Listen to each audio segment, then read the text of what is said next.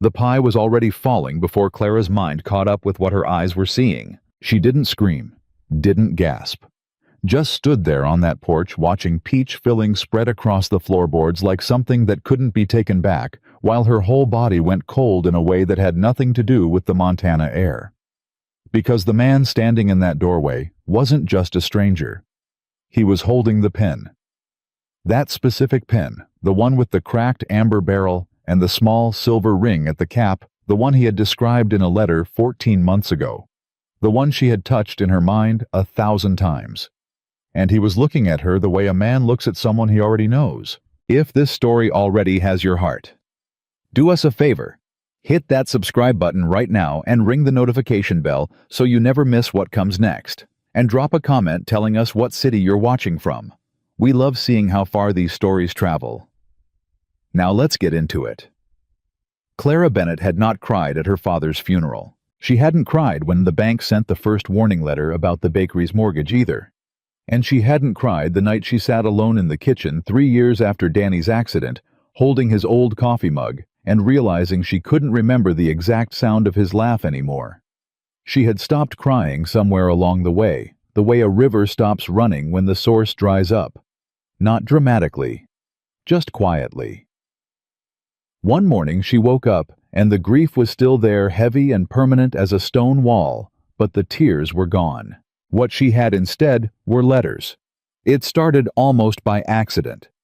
Her cousin Ruth, who lived outside of Bozeman and had a habit of collecting stray causes the way other women collected decorative plates, had signed Clara up for a pen pal program run through a veterans support organization. The idea was simple: people going through hard times, writing to other people going through hard times.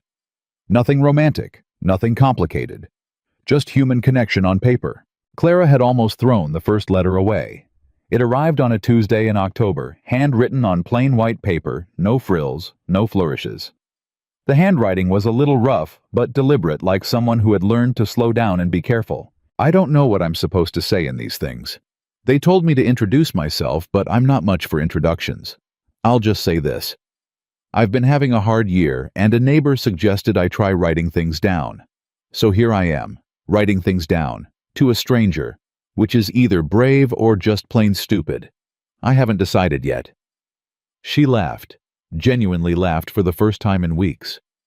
She wrote back that same night, I think it's brave. Stupid people don't worry about which one it is. He responded in 4 days, faster than she expected. Fair point. Okay, here's a real introduction then.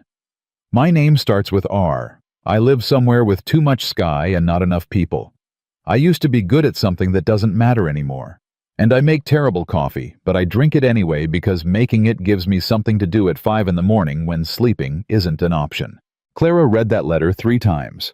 Then she sat down and wrote 2 full pages back. That was how it began. Over the next 11 months, they wrote each other 47 letters. She knew the count because she kept every single one in a cedar box under her bed, bound with a piece of twine she'd cut from one of the delivery packages at the bakery. She never told anyone about them. Not Ruth. Not her neighbor May.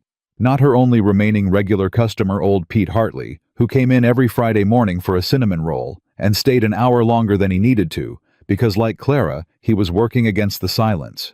The letters weren't love letters. Not exactly. They were something harder to name and maybe more important. They were honest letters. The kind of honest that only comes when there's no face across from you, no body language to read, no social pressure to seem okay. He told her about the nightmares. The ones where he was back in the arena and everything was happening again and he couldn't stop it. She told him about the nights she still set 2 coffee cups out of habit and didn't notice until she was already sitting down. He told her he had destroyed something he could never rebuild and that some days he wasn't sure he deserved to try. She told him that she had stopped believing she was allowed to be happy and that it scared her how comfortable she'd gotten with being alone. Neither of them offered easy reassurance. That was the thing. There were no, "you'll be okay, time heals everything" lines in those letters. Just 2 people sitting with each other in the dark without flinching. And somehow, that was more comforting than anything else Clara had been offered in 3 years of people telling her to move on. She had started calling him R.D. in her letters. He had called her Bluebird, almost from the beginning. Because your handwriting loops on the B's like a bird changing direction mid-flight, and that's not an insult. It's just a thing I noticed. She had pressed that line with her fingertip until the ink smudged slightly. She was not in love with him. She told herself that regularly and believed it most of the time. The abandoned Callaway Ranch had been sitting empty for going on 6 years. Clara knew the property, the way she knew everything within a 2-mile radius of her bakery, by the rhythm of its seasons, by what it looked like through her kitchen window at different hours, by the sounds it made or stopped making. She had watched the Callaway family pack out in 2 pickup trucks on a gray Wednesday morning years ago. And she had watched the grass grow tall and the fence lines sag, and she had never particularly thought about whether it would fill up again, until the moving truck appeared on a Thursday in late September. May Whitfield saw it first, because May saw everything first. She was at Clara's counter with her weekly order of dinner rolls before 9 in the morning, and she was already talking at full speed before Clara had the bag twisted shut. "Someone bought the Callaway place," May said. "Single man. That's all anybody knows so far. Pete Hartley's grandson drove past last night and said there was a light on." "Good," Clara said. "The place needs someone." "Single man," May repeated with the particular emphasis that meant she expected Clara to have an opinion about that. "May, I'm just saying." "I know what you're saying." "You've been alone 3 years, Clara." "I'm aware." "Danny would not want—" "May." Clara said it quietly but firmly, the way she'd learned to say things that needed to land without starting a fight. "I'll make you an extra dinner roll." May accepted that with the grace of a woman who knew when she'd reached a limit. But that afternoon, between the lunch rush and closing, Clara found herself pausing at the window more than she usually did. She couldn't see the Callaway place from inside the bakery, but she was aware of it, the way you're aware of a storm moving in from the west, not visible yet, but present somehow changing the pressure of the air. She didn't think much about the single man. She thought about R.D.'s last letter instead. It had arrived 5 days ago, and she had read it so many times the fold lines were starting to soften. He had been different in it, quieter somehow even for him. He had written that he was making a change, that he had been living too long in a place that only reminded him of what he'd lost, that he needed somewhere with different sky. "I don't know where yet," he had written, "but I'll know it when I get there. I think you understand that feeling when a place stops being home and starts being just a location." She had understood it completely. She had written back telling him so. She was still waiting on his reply. It was May, naturally, who pushed the pie idea. By the following Tuesday, the whole town knew the Callaway man's name was Rowan Dawson, and by Wednesday there were already 2 distinct versions of him circulating through Silver Creek. In Pete Hartley's version, he was a former rodeo rider who'd had some trouble in Texas and come north to start over, which Pete considered perfectly reasonable. In the version spreading through the church auxiliary and the beauty shop and every booth at the diner, he was dangerous, reclusive, possibly running from something serious, and the town would do well to keep its distance. Clara had heard both versions and found herself impatient with the second one in a way that surprised her. "People move," she said to May on Thursday morning. "That's not a crime." "Nobody said it was a crime." "You said trouble follows him. That's not nothing." "I said the Hendersons said that. I'm just passing along what I heard." The Hendersons passed along that Ruth Carey's boy had a drinking problem and the boy was 12 years old and had mono. May had the grace to look slightly ashamed. "I just think you should be careful." "I'm going to bring him a pie," Clara said. "That's what people do when a new neighbor moves in. That's just manners." And it was manners. She told herself that firmly as she made the peach filling that evening, after close using the last of the good peaches she'd put up from the summer. It was neighborly. Nothing complicated about it. She was not thinking about how few people brought her things anymore. She was not thinking about how strange it had gotten, being the one who always gave and never received ever since Danny died, and she became the kind of woman people were careful around. The woman in the permanent shadow of tragedy. She was not thinking about any of that. She made the pie and went to bed, and woke up at 5:15 in the morning, which she always did, and got through the baking day, and at 4:30 she wrapped the pie in a cloth and walked next door. The air smelled like frost coming. The gravel on the Callaway Drive had been freshly raked, which she noticed because it was the kind of thing she noticed.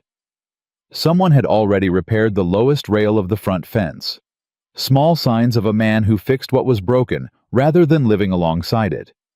She had raised her hand to knock when the door swung open from the inside, and that was the moment. He was tall, not in a dramatic way, but in the way of a man who had worked hard outdoors for a long time and had the body to show for it. Dark hair, a little long. A jaw that carried a thin scar along the left side. Eyes that were brown and steady, and immediately uncomfortably alert. And in his right hand, held loosely at his side, a fountain pen with a cracked amber barrel and a small silver ring at the cap. Clara had described that pen once in a letter. She had asked him what he wrote with a casual question in the middle of a longer letter, and he had described it down to the crack in the barrel and the way the silver ring was starting to tarnish on one side. She had held that description so many times in her mind that she could have drawn it. She was looking at it now, real, in a real hand. The pie fell. She didn't notice immediately because she was looking at his face, and his face had gone absolutely still in the way of someone who has just seen something that rearranges their entire understanding of where they are and what is happening. "Clara," he said. Not Bennett. Not ma'am. Not a question. Clara. And then so quietly, she almost didn't hear it. The word that took every functioning thought she had and scattered it completely bluebird. The pie was on the porch. The filling was spreading in a slow arc across the boards. Neither of them looked at it. Clara's mouth had stopped working. She was aware of this in a distant, almost clinical way, that her body had essentially gone offline and was waiting for her brain to come back online, and she had no idea how long that was going to take. It was Rowan Dawson who moved first. He stepped back, gave her space without being told, to which she would think about later. "Come inside," he said. "I'll make coffee." A pause. "It'll be bad. I've told you that." Something about the absolute ordinary horror of him making a joke right now was what finally broke her paralysis. "You're here," she said. Her voice came out strange, flat, like she was identifying something in a photograph. "I didn't know it was you," he said. "I want you to know that.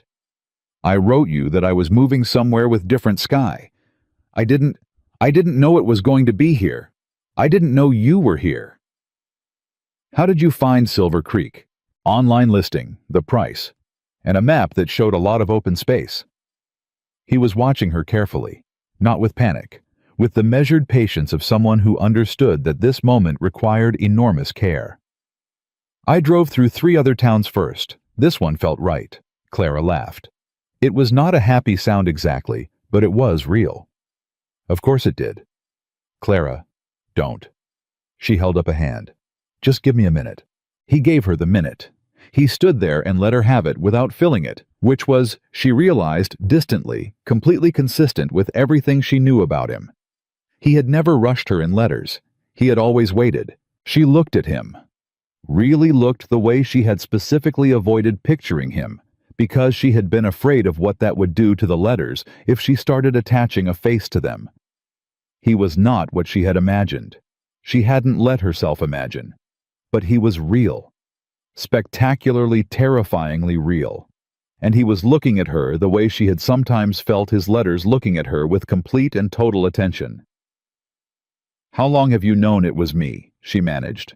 11 seconds before you knocked," he said. "I saw you coming up the drive through the window, and then I thought I was—" He stopped, started again. "The way you walk. You mentioned once that you favor your left side when you're carrying something heavy because of an old injury. I noticed." She had twisted her ankle badly at 16, and it had healed slightly wrong, and she'd lived with it so long she didn't notice anymore. She had mentioned it in one letter. One. He had remembered. Something cracked open in Clara's chest that she was not prepared for. "I don't know what to do with this," she said honestly. "Neither do I." We agreed in the letters we said we weren't going to. I know what we said. We said it was better as letters. That meeting would ruin it. I know, Clara. And now you're my neighbor. I know. He said it without apology, without defensiveness. Just acknowledgement. I didn't plan it. I'm not going to pretend the universe planned it either, because I don't think that way. I just think sometimes things happen that don't have a clean explanation, and you have to decide what to do with them.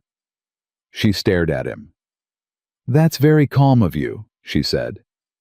I'm not calm, he said. I'm just waiting to fall apart until after you decide whether to run or not. Seemed polite. Clara pressed her lips together hard. I brought you a peach pie, she said. It's on your porch. I saw. Most of it is still in the dish. I appreciate that. I'm going to go home now, she said. And you're going to stay here, and tomorrow we're going to, I don't know what we're going to do tomorrow, but today I'm going home. Rowan Dawson nodded. Okay. This is... She stopped. This is a lot. Yes, he agreed. It is. She turned to go. She made it 3 steps down the porch before she stopped without entirely meaning to. Her hand was on the railing. R.D., she said.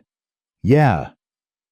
The coffee. In your last letter you said you'd finally found a blend that wasn't completely terrible. A pause. I did say that. Was it true? Another pause. Longer. Mostly. Clara let out a slow breath. Tomorrow morning, she said. 8 o'clock. I'll bring biscuits. You make the coffee and we'll see. She didn't wait for his answer. She walked back across the gravel drive, back through her gate, back into her house, and she stood in her kitchen for a very long time, with her hands flat on the counter, looking at the wall without seeing it, listening to her heart doing something it had not done in 3 years. It was beating fast. She didn't sleep well. She lay awake, going over it the way she went over things not in circles but in layers, peeling each one back to see what was underneath. The facts were simple. R.D. was real. He had a name. He lived next door. He had seen her walk across a gravel drive and recognized her from one line in a letter, and had stood there with that pen in his hand and said her name like he'd been waiting to say it correctly for the first time. What the facts added up to was not simple at all. She had built something very specific with those letters. A version of herself she was only able to be with him because he couldn't see her, because he only knew what she chose to put on the page. She was braver in the letters, more honest, more willing to say the things that sat in her throat in real conversations and never came out. She had told R.D. about the guilt she felt over Danny's death, the irrational, terrible guilt of the one who survives. She had told him about the nights the loneliness got so physical it felt like a flu. She had told him things she had never told Ruth or May or the grief counselor she'd seen twice and then stopped going to because she couldn't stand the clinical tidiness of it. And now that man was 150 yards away in a house that still smelled like the Callaways.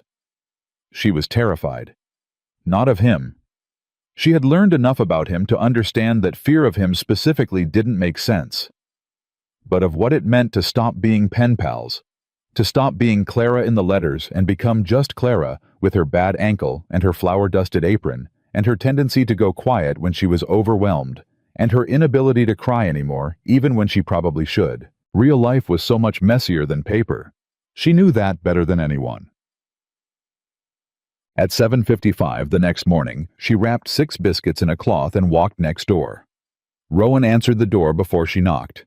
He'd been watching for her, she realized, not in a strange way, in the way of someone who had said they'd be there and wanted to make sure they were actually there. He was in work clothes, jeans worn pale at the knee, a heavy flannel shirt rolled to the elbows. He looked like he'd been up for hours, which, knowing what she knew about his sleep, he probably had. The coffee was waiting on the kitchen table. 2 cups. He'd already poured. She sat down. He sat across from her. There was a silence that was not uncomfortable exactly, but was enormous in the way that only silences between people who know each other too well and not well enough at all can be. She picked up her cup and took a sip. Well, he said, it's not bad. Something shifted in his expression. The faintest thing. High praise.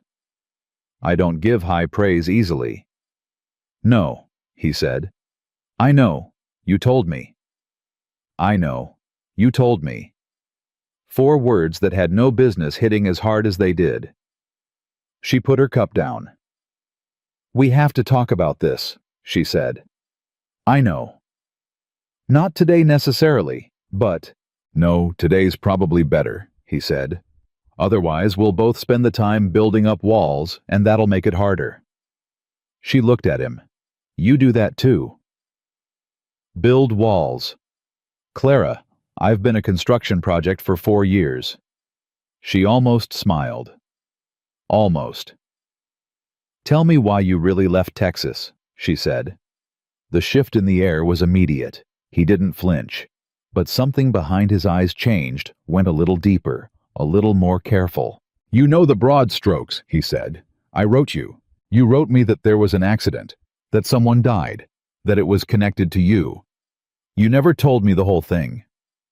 She watched his hands around his coffee cup. Steady. I never pushed because it wasn't my place. But Rowan... The name felt foreign in her mouth. Strange and significant. You came here. To my town. And people are going to talk. They're already talking. And if there's something I need to understand about who you are and what you're carrying, I need to understand it from you. Not from whoever shows up to tell me first. He was quiet for a long moment. There was a rodeo championship in Abilene, he said finally. 4 years ago. I was competing. I'd done it probably 300 times. I knew the circuit. I knew the risks. He paused. I got a phone call 2 hours before I went into the arena. About my brother. He was having a bad time. That's a gentler way of putting it than it deserves. Clara waited. I should have pulled out. Any other day I would have. But I'd been telling myself for a year that I could compartmentalize, that I was professional enough to keep things separate. He looked down at his coffee. I wasn't. Not that day. I made a mistake during a team event. Timing. Positioning. A kid named Lucas Hale, he was 22, first season on the circuit, he went down because of my error. They couldn't help him. The weight of it landed across the table between them, real and heavy. Rowan. I don't say it to get sympathy, he said. I need you to understand, I know what I did. I know my part in it. That's not something I've been able to outrun, and I don't want to. But you left Texas. I left because a family with a lot of lawyers and a lot of money decided that the full story being told was bad for their interests, and I didn't have the resources to fight it, and my brother was in the hospital, and I couldn't... He stopped. I couldn't do all of those things at once, so I left, and I've been living with that leaving ever since. Clara sat with that. Outside, the September wind moved across the empty ranch yard and rattled something loose on the barn side. Neither of them mentioned it. The family, she said carefully. What's their name? Rowan's jaw tightened. Just slightly. Just enough. Hale, he said. Clara didn't know the name yet, but somewhere in the back of her mind, something quiet and still stirred, the way water stirs when something underneath it begins to move. She didn't know what that movement was. Not yet. Drink your coffee, Rowan said, before it gets cold. She picked it up. She drank. And sitting in that kitchen with the bad coffee and the good biscuits and the weight of everything. They hadn't said yet, settling between them like sediment, finding the bottom of a river. Clara Bennett felt for the first time in a very long time that she was exactly where she was supposed to be. She was not sure whether that was the best thing that had ever happened to her, or the beginning of something she was not going to be ready for. Either way, she was here. And so was he. That coffee became a ritual before either of them decided it should. It wasn't discussed, wasn't negotiated. It simply happened the way certain things happen between two people who already know each other in a language that doesn't require words, the way a habit forms, before you notice you've formed it. 7:55 every morning. Clara wrapped something in a cloth, walked across the gravel, and Rowan had 2 cups poured before she knocked. Sometimes they talked for 20 minutes. Sometimes they sat there for an hour, and the conversation stretched and doubled back and went places that surprised them both. And sometimes neither of them said much at all, which turned out to be its own kind of relief. What Clara had not anticipated, what she had not let herself think through in all those sleepless hours the first night, was how different he was from the man in the letters. Not worse, not better, just different in the specific, disorienting way that all real people are different from the versions of them you carry in your head. In the letters, he had been careful, deliberate, almost literary in the way he put things together. In person, Rowan Dawson was quiet in a way that had edges to it. He moved through silence like it was familiar territory he'd mapped a long time ago and had no particular interest in filling. He laughed rarely, and when he did, it was short and genuine, and it changed his face completely. He had a habit of looking out windows when something unsettled him, not dramatically, just a slight shift of attention, like he was checking that the horizon was still where he left it. He did not sleep well. She knew this from the letters, but knowing it in the abstract and understanding it in practice were not the same thing. Twice in the first week, she saw lights on across the drive at 2 in the morning. Once she heard him outside at 4, working on something in the barn that she couldn't identify by sound. She didn't mention it. He didn't either. But the second time she saw the light, she got up and put the kettle on, and when she brought coffee to the back porch and sat in the dark with it, she felt him across the distance being awake too, and that was something. It wasn't a solution, but it was something. "You ever get tired of carrying it?" she asked him one morning, 8 days in. The question came out more directly than she'd planned, but she'd stopped softening things with RD somewhere around letter 12, and she saw no reason to start now. He turned his cup in his hands. "Every day." "But you don't put it down."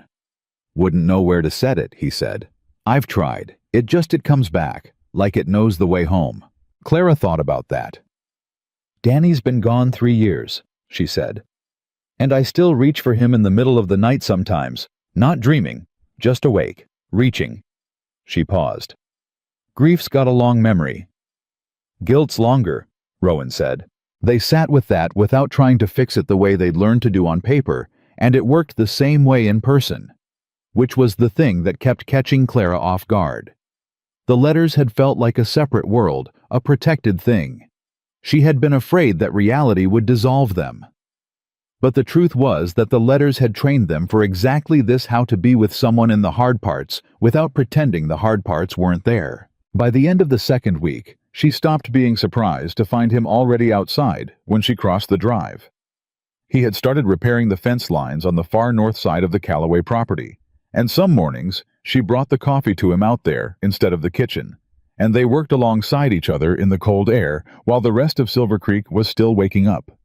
She hadn't felt this, whatever this was, in a very long time. She also hadn't felt afraid in quite this specific way in a very long time, because the town was watching. She could feel it the way you feel weather before it arrives in the changed pressure of things. May came into the bakery on the 10th day and didn't mention Rowan at all, which was worse than if she had. 2 women from the church auxiliary bought bread on Thursday and spent the transaction looking just slightly past Clara's shoulder in a way that meant they'd talked about her recently.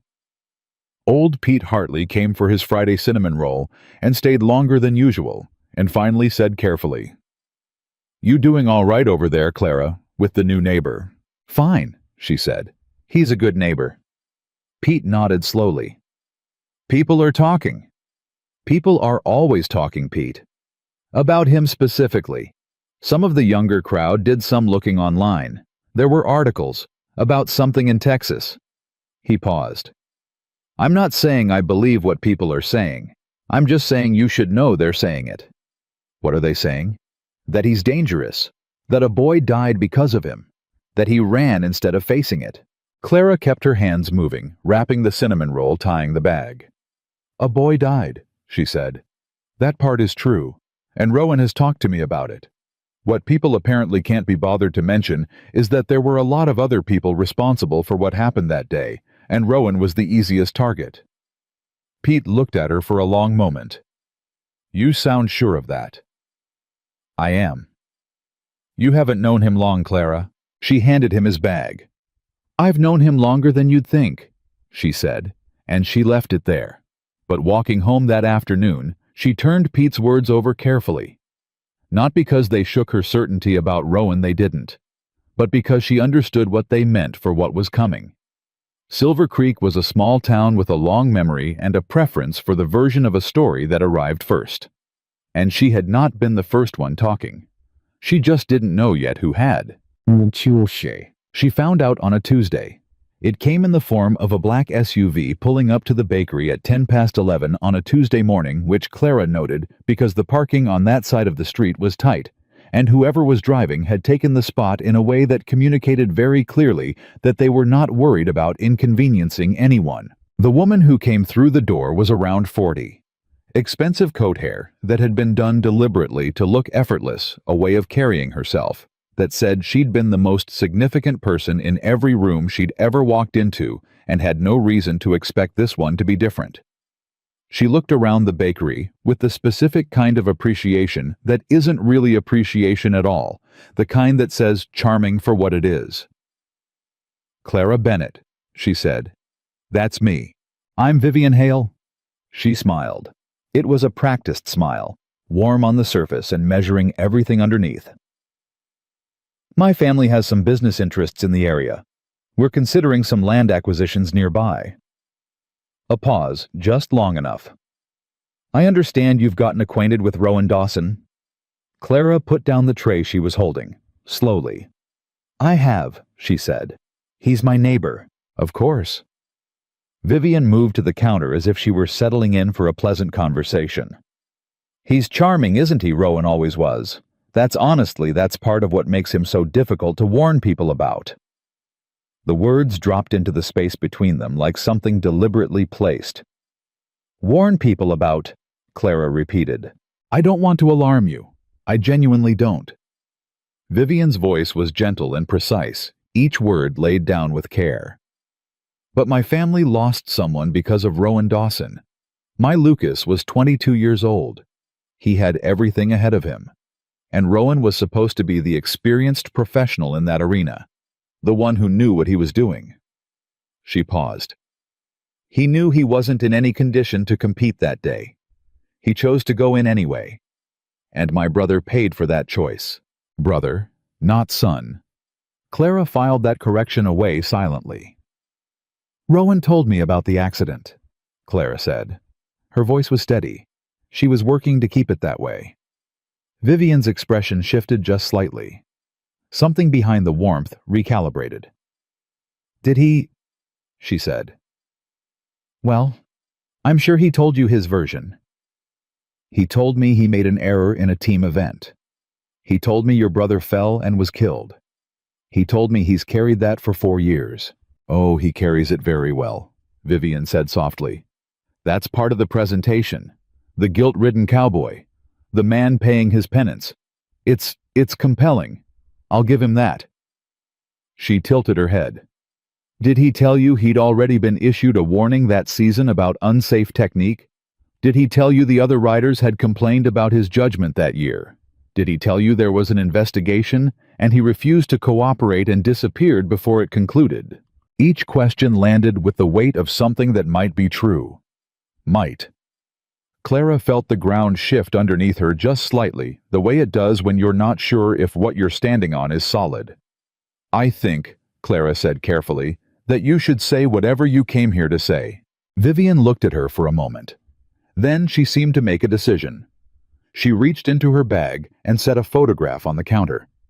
A young man in rodeo gear grinning at the camera, the kind of grin that belongs to someone who doesn't know yet what's coming. His name was Lucas, she said. He was going to be extraordinary. She left the photograph there. I'm not asking you to hate Rowan Dawson. I'm just asking you to be careful. Women who get close to him tend to lose things. I'm speaking from personal experience. The words landed differently than the others. Clara looked at her. Personal experience. We were engaged, Vivian said, simply, like it was just information. Before everything happened, after I couldn't. She picked up her bag. "I'm sorry to come into your business with this. I truly am. I couldn't drive past knowing he was living 50 yards from a woman on her own and say nothing." She left. The bell above the door rang once. Clara stood behind her counter for a long moment, looking at the photograph, and felt the first real crack of uncertainty she'd had since that morning on the porch. Not in Rowan. Not exactly. But in herself. In whether she knew enough. Whether she was being careful, or whether she was being foolish in the specific way of a lonely woman who wanted so badly to believe in someone that she'd stopped asking the right questions. She picked up the photograph, looked at Lucas Hale's grinning face. Then she set it down, untied her apron, and walked out the back. She didn't go straight to Rowan. She went to the county records office first. Clara Bennett had built and maintained a small business through 3 years of grief and a financial landscape that should have broken her twice over, and she had learned very early that the difference between surviving and not surviving usually came down to whether you did your homework before you made a decision. She was not a woman who acted on feeling alone, even when the feeling was loud. She asked the clerk, a young man named Terry, who had bought birthday cakes from her for 4 years, whether there were any public records connected to land transactions or business filings by anyone named Hale in the county. Terry, who was also easily charmed by a woman who knew his wife's name and his daughter's birthday, spent 15 minutes pulling things up and told her that the Hale family had indeed been quietly purchasing land parcels in the surrounding valley for the past 8 months. 4 separate transactions under 3 different company names, all adjacent to established ranches, including, he mentioned almost as an afterthought, the parcel directly bordering the Callaway property on the eastern side, the property Rowan Dawson had just bought. Clara drove home slowly. She sat in her car in her own driveway for a full 3 minutes. Then she got out and walked across to the Callaway ranch. Rowan was at the fence on the south line. He heard her coming and turned, and whatever was in her face made him put down his tools immediately. "She came to see you," he said. It wasn't a question. "You knew she was here." "I saw the car this morning. I recognized the plates." His jaw tightened. "I was going to tell you." "When?" "Tonight. I was working up to it." He looked at her steadily. "What did she say?" Clara told him. All of it. The warning, the brother, the engagement. She watched his face as she talked, not for guilt. She already knew the guilt was real, and had always been real, but for the thing underneath. For whether any of it changed the shape of what she already knew. His expression when she mentioned Vivian's claim about his technique, and the warnings, that was the thing she'd been watching for. It wasn't shame. It was something more specific. Something that looked like a man who has heard a lie told so many times it has its own texture now, distinct from the truth, but familiar. "The warnings," she said. "Were there any?" "There was one," he said. "From a competitor who filed a grievance after a race I won that he thought he should have. It was reviewed and dismissed. It's in the official records from that season." He paused. "Vivian knows that." "She told me you refused to cooperate with the investigation after the accident." "I was in a hospital in Abilene with my brother for 11 days after the accident," Rowan said flatly. "My lawyer sent communication to the investigation panel 3 times. They moved the deadline without notifying him. I have the correspondence." He looked at her. "Clara, I know how this sounds. I know you have no reason to take my word over hers. I'm not asking you to." "Then what are you asking me?" He was quiet for a moment. The wind moved between them. "I'm asking you to ask me," he said. "Anything. Everything. Whatever you need to know. I'd rather you hear it from me, and decide I'm not worth the trouble than make a decision based on what Vivian Hale decides you need to know." Clara looked at him for a long time. "She's buying land," she said. "Around yours." Something shifted in his face, quick and dark. "How much?" 4 parcels in 8 months, 3 different company names. She paused. "One of them borders your east line." The silence that followed was not like the comfortable silences of their mornings. This one had weight in it. A specific kind of weight that Clara had felt before, the weight of something that is bigger than it first appeared. Something that has been in motion for longer than you realized. Something that did not begin with you, but has decided to end near you. "She didn't come here for me," Rowan said quietly. Not surprised, resigned in a way that was worse. "What do you mean?" He turned and looked out toward the east field. "The Calloway property has water rights that go back to original settlement. Old water rights. The kind that in a dry year are worth more than the land itself. I found out when I bought the place. I thought it was a selling point." His voice was careful now, controlled. "If the Hales are buying up the surrounding parcels, they'd need those water rights," Clara finished. "Or they'd need me gone." The words settled like ice. "Rowan." Clara's voice was lower now. "How long have you been dealing with this family?" 4 years, he said. "Different shapes, different angles, but always the same family, always the same story." He finally looked at her. And what was in his face was not self-pity. It was something more dangerous and more honest than that. It was a man who has been running for so long he has almost forgotten he knows how to stand still. "I thought moving here would be... I thought distance would be enough. I thought I could start over without..." He stopped. "I should have told you more, before you got involved in this." "I'm not involved," Clara said. He looked at her. "I'm your neighbor," she said. "And your friend. That's not involvement. That's just what I am." Something moved through his expression that she didn't have a word for yet. "Clara, don't," she said. "Don't do the thing where you tell me to step back for my own good. I've had enough people in my life deciding what's good for me." He was quiet. "Is there anything else I need to know right now?" she said. A long pause. Something working behind his eyes. Something he was weighing. Then, "Vivian and I were engaged for 2 years. I ended it 6 months before the accident. Not the other way around." He said it simply, without drama.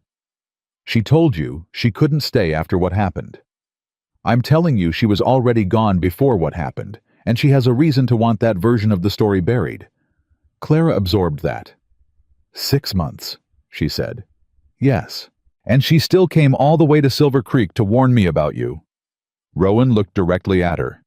"She didn't come to warn you about me," he said. "She came to see if you were a problem." The word landed cleanly. Problem. Clara stood on that east fence line in the cold Montana air, and understood in the way you understand things that arrive fully formed and terrible that this was not going to be simple. That Vivian Hale had not walked into her bakery out of generosity. That the land parcels and the water rights and the 4-year campaign of a family with money and lawyers and a story they needed to protect were all aimed at the same point.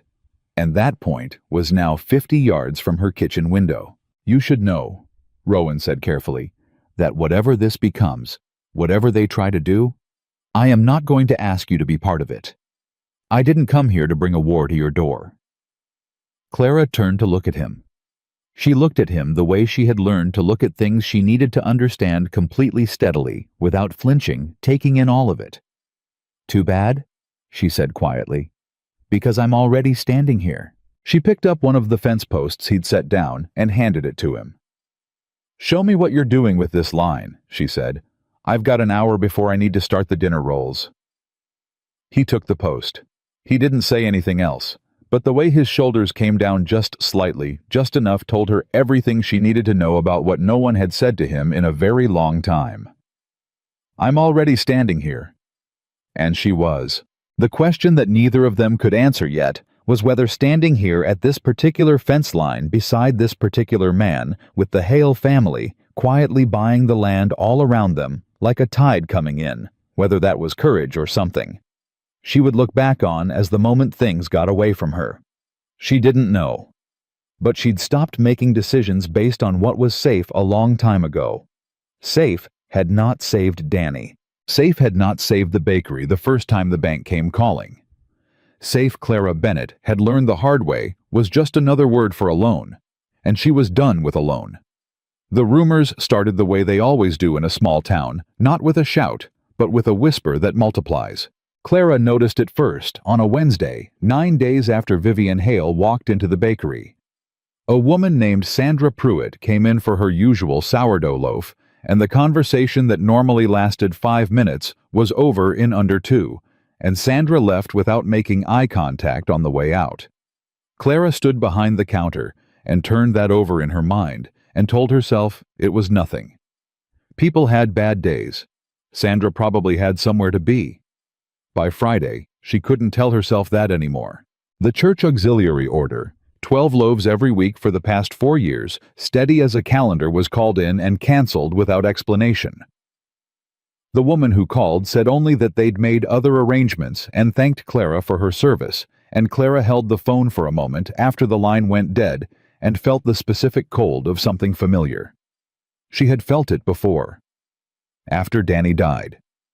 That particular brand of community withdrawal that happens when a person becomes associated with something uncomfortable, like people were afraid that whatever had gone wrong in your life might be contagious. May came in on Saturday, and Clara could tell from the way she moved carefully, like someone navigating ice, that she was carrying something she hadn't decided how to put down.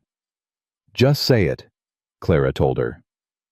May set her purse on the counter. "There are things being said. About Rowan. About you and Rowan."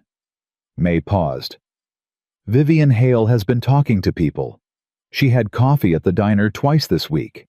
She spoke at the Hendersons' dinner on Thursday." Clara kept her hands flat on the counter. "What is she saying?" "That he's manipulative. That he finds isolated women and uses their loneliness. That you're—" May stopped. "That I'm what, May? That you're not thinking clearly.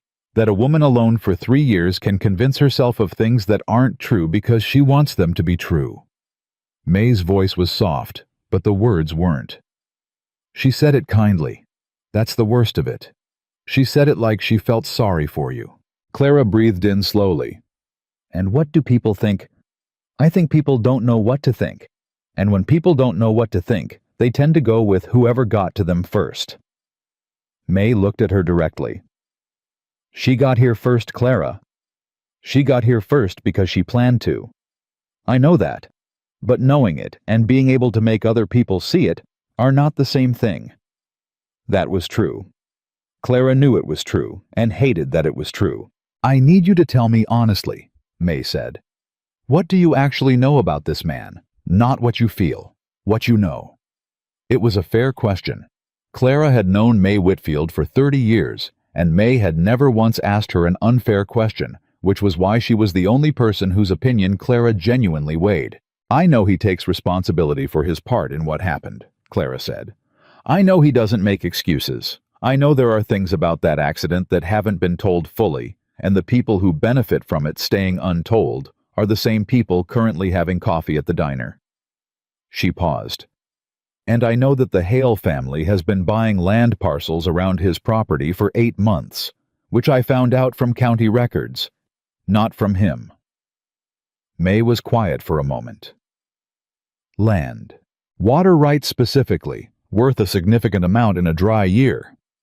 May's expression shifted. She was not a complicated woman, but she was not a foolish one either, and Clara watched the shape of it land, the land purchases, the timing of Vivian's arrival, the coordinated campaign of reputation, destruction, land properly. "Oh," May said. "Yes." That changes the shape of it." "Considerably." May picked up her purse, set it down again. "What are you going to do?" "I don't know yet," Clara said honestly. "But I'm not abandoning him. I want you to know that before you hear whatever version of this gets back to you." May nodded slowly. Then she said something that Clara had not expected. "Danny would have liked him," she said quietly. "I know I only saw him once from a distance.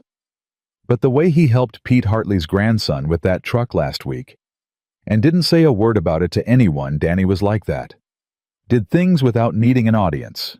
She picked her purse up for real this time. "I'm telling you this so you know where I stand, which is next to you, like I always have been." Clara felt something tighten in her throat. "May, don't," May said.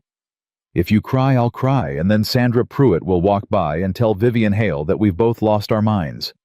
She headed for the door. "I'll take the sourdough." Clara wrapped the loaf and didn't cry, but it was a near thing. The note appeared on a Monday, slipped under the bakery door overnight on plain paper, no signature. 6 words in block printing. "He ruins everyone he touches. Leave." Clara read it twice, folded it, put it in her apron pocket, went about her morning. She did not tell Rowan about it that day, or the next. She told him on Thursday, because on Thursday she found a second one, this time on the windshield of her car, and the second one was longer. Ask him what really happened to the writer. Ask him what he was doing the night before the accident. Ask him if he's ever told you the full truth. She put that one in her pocket too, and drove to the Callaway Ranch after close. Rowan read both notes at the kitchen table without expression. Then he set them down and looked at the wall for a moment, and Clara watched the muscles in his jaw work through something. "The night before the accident," she said. Not accusing, just asking. He looked at her. "My brother called me at 11 at night. He was incoherent. I drove 3 hours to where he was staying. I got him to a hospital around 4 in the morning. They told me he'd be okay." He stopped. "I drove back. I competed. And I was not all there. I told you that already." "You told me he was having a bad time," Clara said. "You didn't tell me you'd driven through the night." "No," he admitted. "I didn't. Is there more you haven't told me?" He was quiet long enough that the quiet itself was an answer. "Rowan, there was a decision made that morning," he said, "by the Rodeo Corporation. The ground conditions in the arena had been flagged the day before by 2 of the riders. Loose footing on the north curve. The corporation signed off on the event anyway because they had a network television deal, and a postponement would have cost them the contract slot." He looked at her directly. "That decision is in a report. An internal report that was never made public. I know it exists because a stock contractor who worked for the company told me about it a year after the accident. He sent me 3 pages of it." He paused. "Vivian's family owned 12% of that corporation at the time of the accident. They sold the shares 4 months later." Quietly, Clara sat very still. "She knew," she said. "She knew about the report." "Yes." His voice was controlled in the way of someone who has had a long time to get it under control. "She was the one who told the corporation's legal team about my brother, about the hospital visit, about the fact that I'd been awake through the night. She gave them everything they needed to make me the story instead of the ground conditions. The weight of it arrived fully, and it was heavier than anything Clara had been carrying for him before. She gave them the weapon," Clara said. "And then she used what was left of me to confirm it." He looked down at the notes on the table. "These didn't come from Vivian directly. She's too careful for that. But they came from someone she's been talking to, someone who knows the right questions to ask. The questions that make you doubt without proving anything. That's always been the strategy," he said. "You don't have to prove guilt. You just have to make people comfortable with uncertainty." Clara looked at the 2 notes on the table. She thought about Sandra Pruitt leaving without eye contact, the cancelled auxiliary order, the careful, sympathetic voice Vivian Hale used when she spoke about lonely women who convinced themselves of things they wanted to believe. She thought about 3 pages of an internal report that a man had sent to Rowan, and nobody had ever seen publicly. "Where are the pages?" she said. "In a lockbox in the barn. I want to see them." He looked at her for a moment. "Clara, I want to see them," she said again. He got up. The 3 pages were photocopies slightly blurred at the edges, the kind of document that had been photographed in a hurry by someone who knew they had a limited window. Clara read them slowly and carefully at the kitchen table, while Rowan stood near the window and didn't watch her, which she appreciated. The language was corporate, dry, the kind of language designed to be technically accurate while being practically unreadable to anyone not trained to look for what it was hiding. But Clara was a woman who had spent 3 years reading financial documents connected to a business operating on a tight margin, and she had learned to read between the careful lines. The arena maintenance log showed a flag. The flag had been reviewed, and a decision had been made at the operations director level, a name she didn't recognize, to proceed with the event. A note attached said the decision had been approved by the executive committee. The executive committee membership list was on the second page. 4 names. One of them was Gerald Hale, Vivian's father. Clara set the pages down on the table slowly. Gerald Hale was on the executive committee that approved proceeding, she said. Yes. And his family owned shares in the corporation? Yes. And after the accident, instead of this report coming out, you became the story? Yes. Clara looked up at him. Rowan, this is evidence. 3 photocopied pages from a source who died of a heart attack 14 months after he sent them to me and is no longer available to verify anything. He said it without bitterness, which made it worse. No original document, no chain of custody, no corroborating witness. Against a family with 4 lawyers on retainer and a 4-year head start on the narrative. He finally turned from the window. I tried. A year after the accident, when I still had some money and some fight left. My attorney took one look at what I had and told me it wasn't enough to go to court with. That I'd lose, and losing publicly would finish what they'd already started. So you left. So I left. Clara pressed her palms flat on the table and thought. She thought the way she did when the bakery's numbers didn't work, and she had to find a path that wasn't obvious, not panicking, not retreating, just following the logic until it led somewhere. The stock contractor, she said. The one who sent you these. He died, but did he have family records? Did he talk to anyone else? Rowan was quiet. He had a daughter, he said slowly, in New Mexico. We exchanged 2 letters after he sent me the copies. I lost touch with her after he died. Do you have a name? Clara. Do you have a name? He looked at her the way a man looks at someone who is walking toward a fire he has already been burned by and cannot convince himself it's safe to stop. Denise Okafor, he said. Her married name, as of 4 years ago. Clara took out a piece of paper and wrote it down. I have a cousin who works in county records in New Mexico, she said. Bozeman Ruth's husband has a brother in the state archives. She stood up. I'm not a lawyer. I'm not a journalist. But I know how to find things, and I know how to read documents, and I have nothing but time after 5 o'clock every evening. Clara, if the Hales find out you're looking, they've already decided I'm a problem, she said. Vivian told you so herself. The notes on my door told me so. The question isn't whether they're going to come at us, they already are. The question is whether we have something to stand on when they do. She picked up the 3 pages and held them carefully. Evidence of a possible greater truth buried under 4 years of someone else's careful story. Will you let me try? She said. Rowan stood across the kitchen from her, and she could see the fight in him, not against her, but against the part of himself that had given up on being helped. The part that had decided somewhere in those 4 years that the safest thing was to stop letting people stand with him, because standing with him had a cost he wasn't willing to ask anyone to pay. She waited. Yes, he said, finally, quietly. Yes, but Clara, I know the risk. I don't think you do, he said, not fully. The Hales don't just embarrass people, they ruin them. Business licenses, bank relationships, supply chain problems that can't be traced back but can't be solved either. His eyes were steady on hers. Your bakery. The word hit. She'd be lying if she said it didn't hit. She thought about the mortgage, the thin margins, the suppliers she'd spent years building relationships with, everything she had left of her father. She breathed through it. My bakery has survived 2 floods, 1 fire in the kitchen, and a financial crash, she said, and me trying to run it half out of my mind with grief. She folded the 3 pages with care and tucked them into her bag. It'll survive this. She said it like she believed it. She was mostly sure that she did.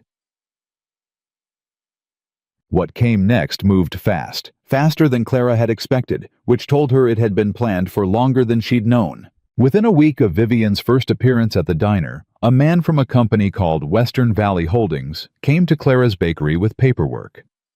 Professional, unhurried, the kind of polish that takes money to achieve.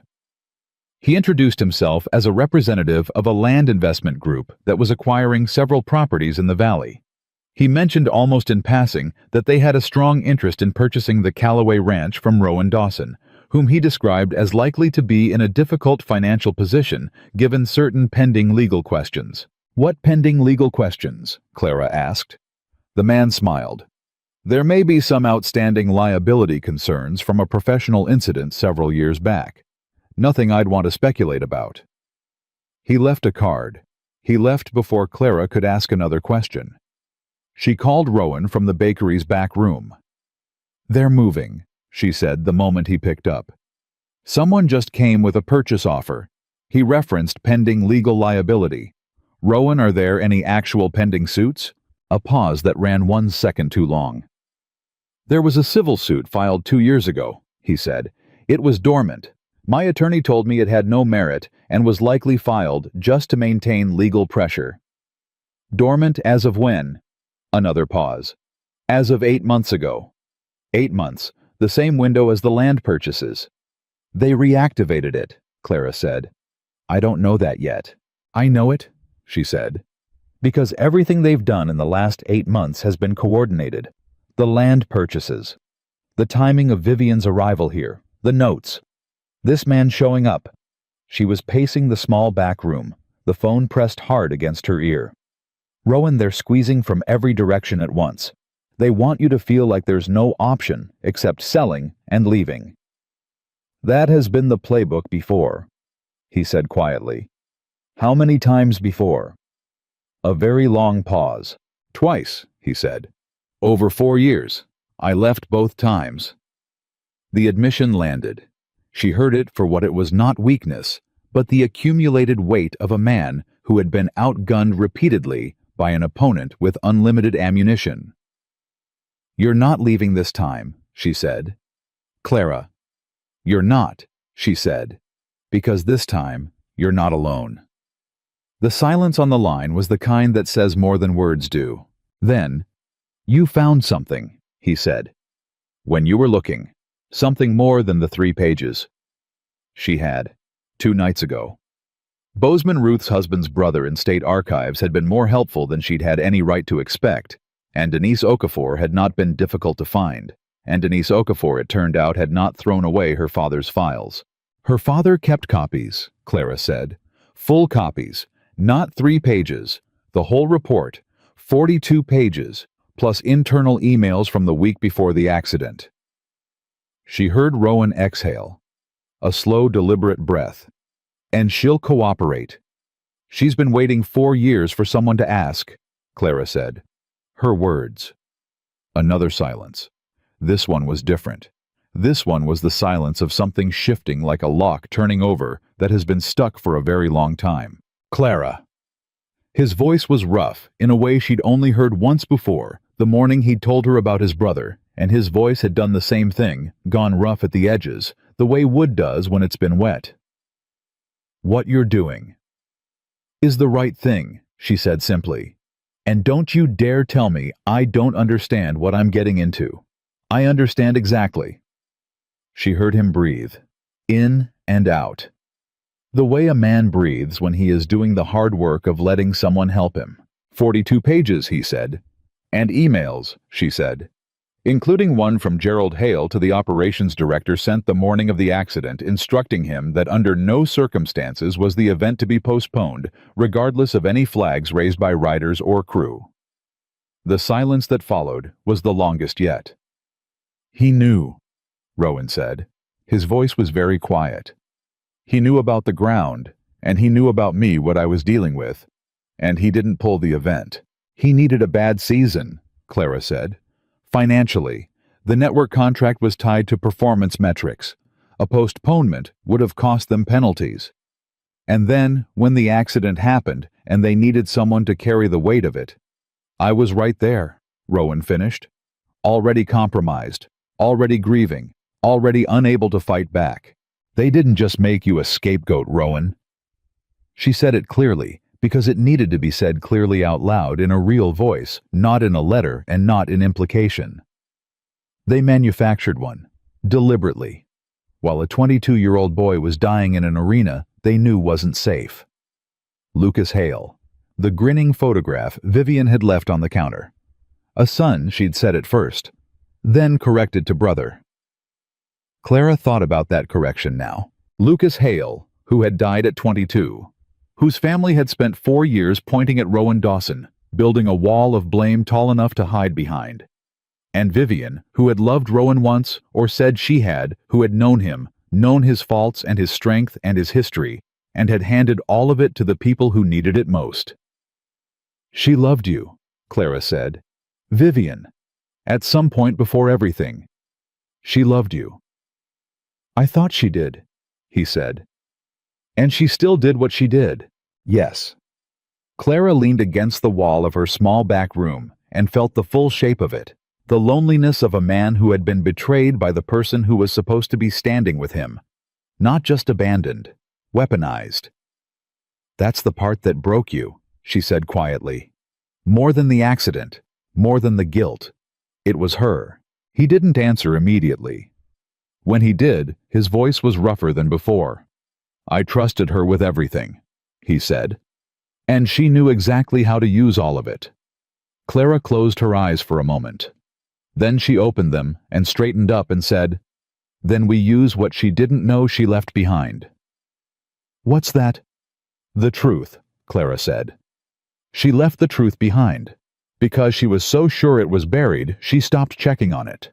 She said goodbye and hung up, and stood in her back room with the weight of 42 pages, and a dead man's files, and a woman in New Mexico who had been waiting for someone to ask, and she felt afraid, genuinely, stomach-deep afraid, in a way that had nothing to do with cowardice, and everything to do with clarity. She knew what the Hales were capable of. She knew what this would cost. She was doing it anyway. Because 4 years ago, a 22-year-old boy went down in an unsafe arena, while the people who owned that arena signed documents over breakfast, and a good man had been carrying that weight alone since. And somewhere in Clara Bennett, a line had been crossed that she had not known existed in her, until Vivian Hale walked into her bakery and looked at her like she was something to be managed. She was not something to be managed. And Rowan Dawson was not someone who was going to leave Silver Creek broken and running for the third time. Not while she had breath in her body and Denise Okafor's phone number in her pocket. The next move was hers, and she was already making it. Denise Okafor's voice on the phone was steady in the way of someone who had made peace with something difficult a long time ago and was simply waiting for the world to catch up. I kept everything, she said. After Dad died, I thought about destroying it. I thought, what's the point? Nobody's listening. Nobody's going to listen. A pause. But I couldn't do it. Because he sent those pages to that man for a reason. He knew what he saw, and he knew it was wrong, and he died before he could do anything about it, and throwing away his files felt like finishing the job for the people who were glad he was gone. Clara was at the bakery's back desk, a legal pad in front of her, writing everything Denise said. Has anyone ever contacted you about your father's records before? Once, about 2 years after the accident. A man called and said he was a journalist doing a story on rodeo safety standards. He asked a lot of questions, and I answered them, and then the story never appeared. Denise's voice was dry. I looked him up afterward. He worked for a media consulting firm with ties to a ranch investment group out of Texas. Clara stopped writing. He was working for them. I believe so, yes. A pause. I think they were checking what I had, and whether I'd talk. And what did you tell him? Everything. Because I didn't know who he was yet. Her voice had an edge now. Not regret. Anger carefully contained. Which means they've known for 2 years that the full report exists. And they've been quiet about it. Which tells you something. It told Clara something considerable. The Hales had known the full 42 pages existed and had chosen to keep quiet rather than move against Denise directly. Because moving against her would have drawn attention to what she was holding. It was the same logic as their land purchases, patient, quiet, lateral. Get around the obstacle rather than through it. Buy up the surrounding territory. Squeeze from every direction. Make the problem solve itself by making itself too costly to maintain.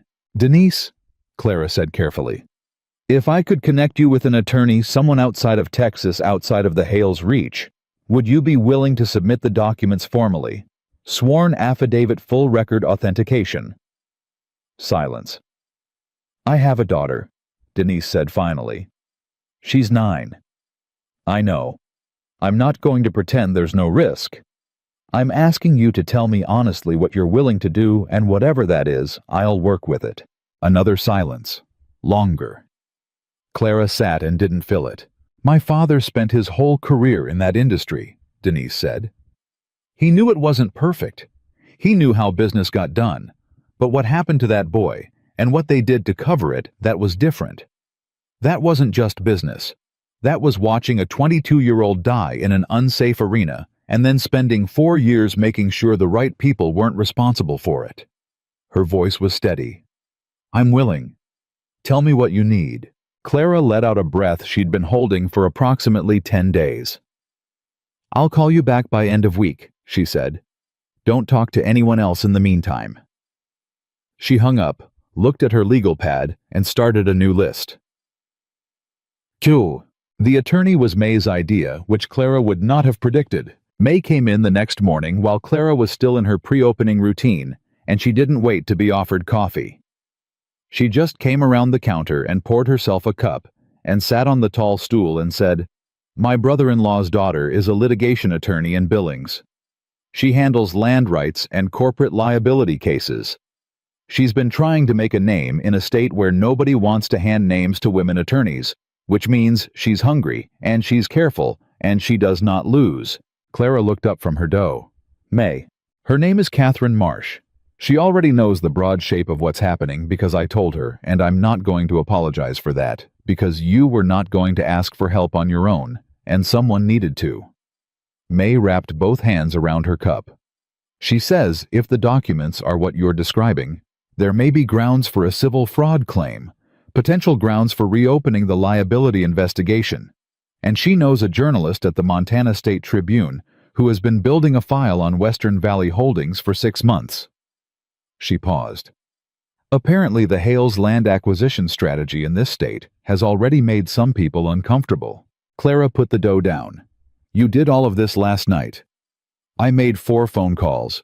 It's not complicated when you know the right people. May met her eyes. What you're doing is right, Clara. The whole town doesn't believe what Vivian Hale is saying. Some of us are just quieter about it because some of us don't have a bakery on the line.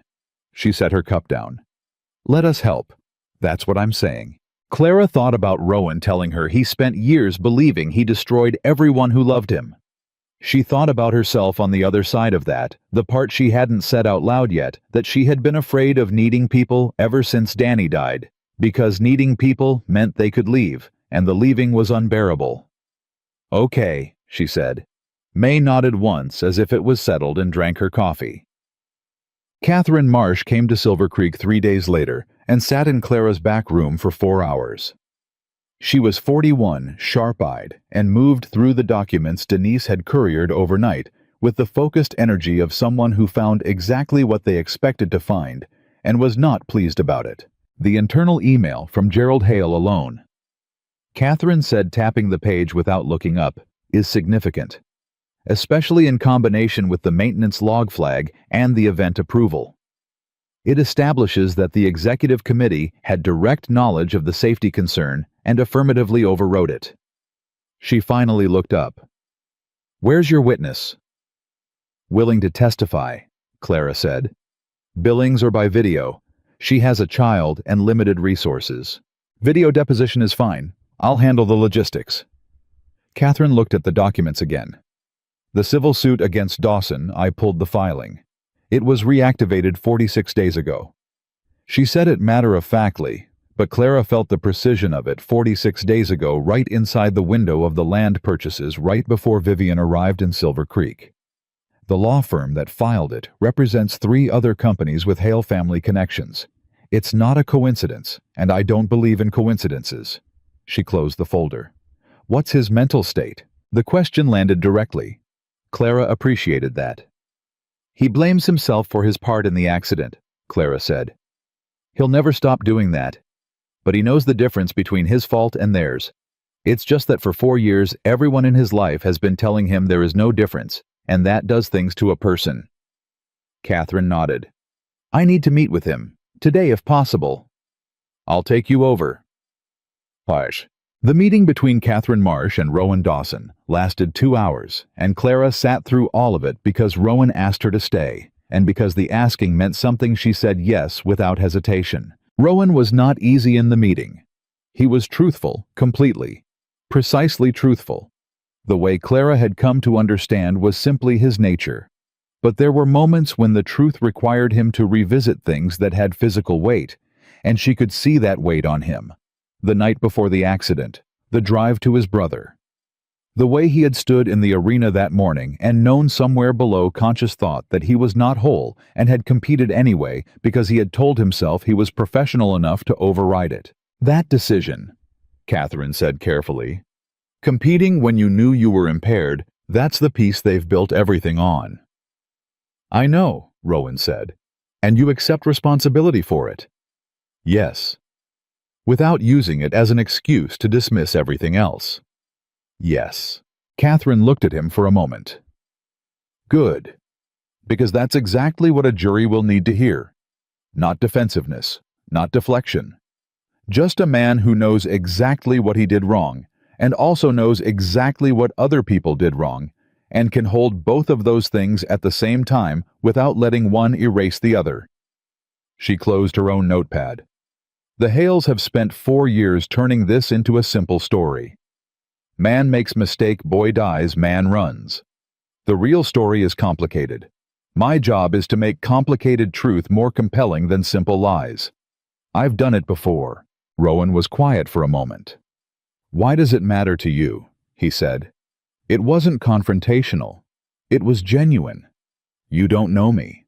Catherine looked at him without particular softness. A man is dead, she said. A 22-year-old who rode into an arena the company knew wasn't safe, and whose family then spent 4 years weaponizing his death to protect the people who let it happen. That matters to me professionally, yes. But mostly, it matters to me because that's not justice. And I became a lawyer because I had an uncle who got run over by a corporation and nobody helped him. She stood up. Consider me retained. We'll discuss payment later. Right now, I need to make a phone call to Billings. She stepped outside. Clara looked at Rowan across the table. He was staring at the closed folder in front of him, and his expression was the particular stillness of someone who has heard something they needed to hear for a very long time, and is not yet sure their body knows how to process it. You okay? She said. I don't know what that is right now, he said honestly. It's been a while since things moved toward me instead of away. Get used to it, she said. He looked up at her. The thing in his expression was not gratitude exactly. It was older than gratitude, rawer, the kind of thing that lives under gratitude in a person who stopped expecting it. Clara looked back at him steadily and did not look away. The county hearing was Catherine's strategy. Not a courtroom, not yet, but a formal public proceeding connected to the land use concerns raised by the Hale family's acquisitions, which had drawn the attention of the county commissioner's office, independent of anything Clara had done. Catherine had made one call to the right person, and the hearing had been scheduled within 2 weeks. Live-streamed open to the public formal record. They'll try to control the framing, Catherine told Clara the night before. They'll have their own lawyers there. Vivian will likely appear. They'll try to make it about the land purchases being legitimate business activity and paint anything we raise about the accident as an irrelevant personal grievance. And our answer to that, Clara said, is that it's not irrelevant when the person driving the land acquisition strategy is the same person who suppressed safety evidence in an incident she had direct financial interest in covering up. Catherine's voice was precise. That's not personal grievance. That's a pattern of conduct. And I have 42 pages and a witness that makes that pattern very clear. Clara thought about Gerald Hale's email. Thought about Denise Okafor's father photocopying documents in a hurry because he knew what he'd seen and knew it was wrong.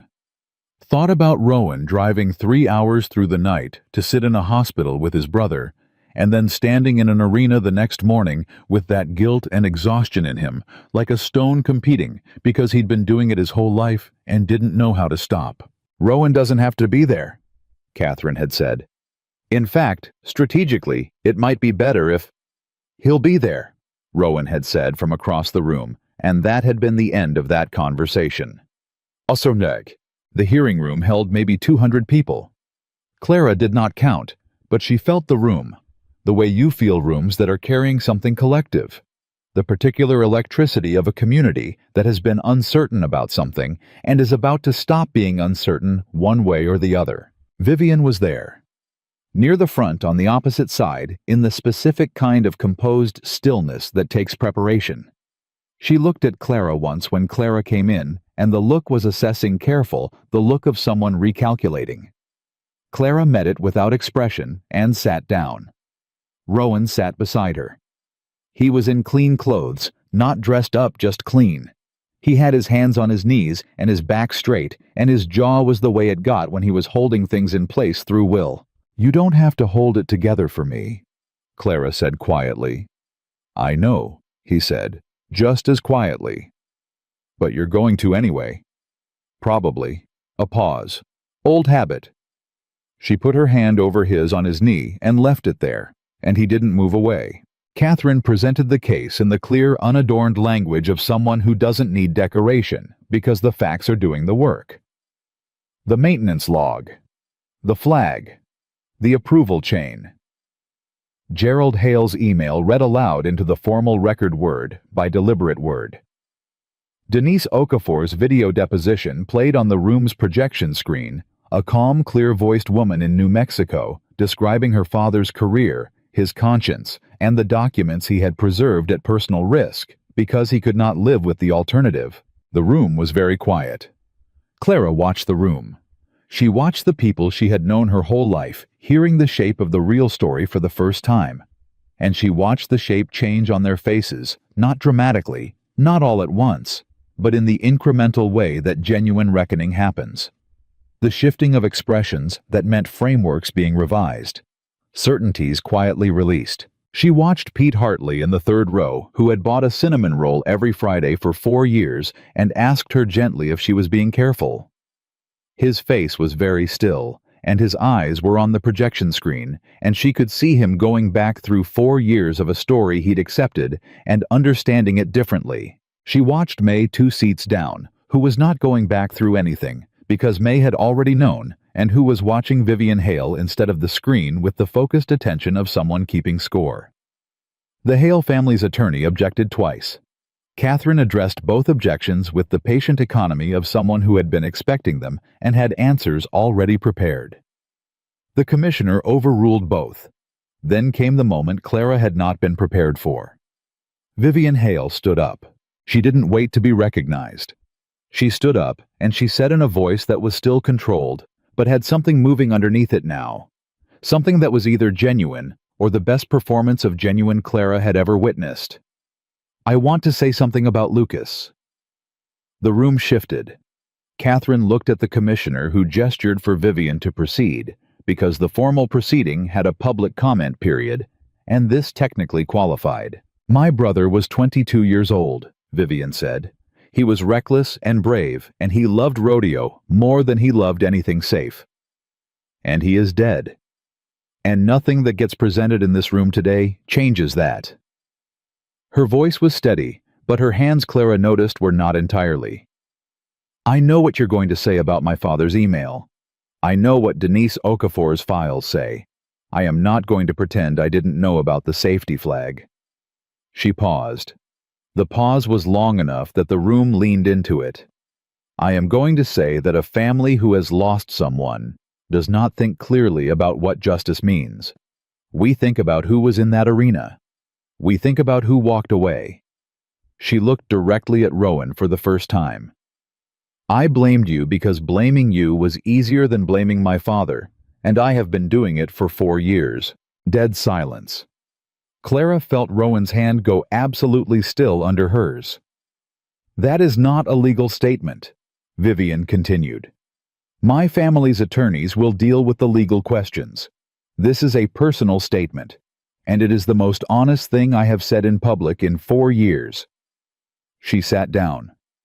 The silence that followed was the kind that happens when a room full of people witnesses something they did not expect and needs a moment to decide how to carry it. Catherine, to her considerable credit, waited exactly the right number of seconds before continuing. Clara did not look at Vivian again. She looked at Rowan. His jaw was tight. His eyes were on the middle distance the way they went when he was doing the work of staying present. She pressed her hand more firmly over his and felt him take one slow, controlled breath.